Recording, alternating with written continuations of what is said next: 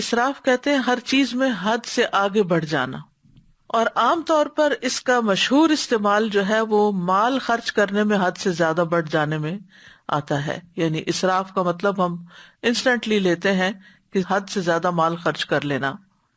جیسے قرآن مجید میں آتا ہے یا بنی آدم خذوا زینتکم عند کل مسجد وکلوا واشربوا ولا تسرفوا انہ لا یحب المسرفین. اے آدم کی اولاد، ہر نماز کے وقت اپنی زینت لے لو اور کھاؤ اور پیو اور حد سے نہ گزرو، بے شک وہ حد سے گزرنے والوں سے محبت نہیں کرتا. لیکن بنیادی طور پر اسراف سے مراد نافرمانیاں اور برائیاں کرنا اور ان کے ارتکاب میں حد سے بڑھنا. یعنی اسراف بیسیکلی کیا؟ حد سے بڑھنا، چاہے مال خرچ کرنے میں ہو چاہے گناہ کرنے میں ہو.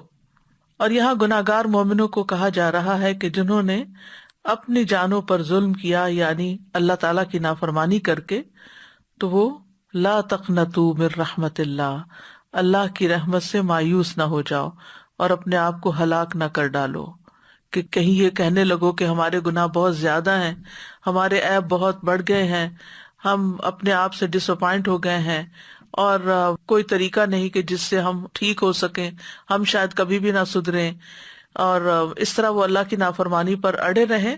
تو یہ باتیں نہیں کرنی چاہیے. انسان کوشش کرتا رہے اور اللہ کی طرف بار بار پلٹتا رہے اور پھر اپنے رب کو ان ناموں سے پکارے جو اس کے جود و کرم پر دلالت کرتے ہیں، کیونکہ اللہ سبحانہ تعالیٰ سارے ہی گناہ معاف کر دیتا ہے. اللہ تعالیٰ شرک کو بھی معاف کر دیتا ہے، جو کوئی توبہ کرتا ہے پلٹتا ہے اس کی طرف. قتل، زنا، سود خوری، ظلم وغیرہ چھوٹے بڑے سارے گناہ بخش دیتا ہے. اور قنوت کہتے ہیں خیر اور رحمت سے بہت زیادہ مایوس ہونے کو. تو لا تقنطوا کا مطلب ہے کہ سخت مایوس نہ ہو. قنوت میں ایک مایوسی کی کیفیت ہوتی ہے، ڈپریشن کی کیفیت ہوتی ہے، کسی چیز کو پانے کی آرزو ختم ہو جاتی ہے. یعنی کہا جاتا ہے فلاں شخص اس چیز کو حاصل کرنے سے مایوس ہے، یعنی اپنے مقصد کو پانے میں اس کے لیے کوئی آرزو باقی نہیں رہی، کوئی ہوپ نہیں رہی، اس کے اندر کوئی جذبہ نہیں رہا کہ کچھ کرے، بلکہ بالکل گمسم ہو گیا ہے اور سب اچھے کام جو ہے وہ چھوڑ دیے. پھر اسی طرح مایوسی امید کے برعکس ہے، یعنی کسی چیز سے توقع ختم ہو جانا اور پکا یقین کر لینا کہ محرومی یقینی ہے.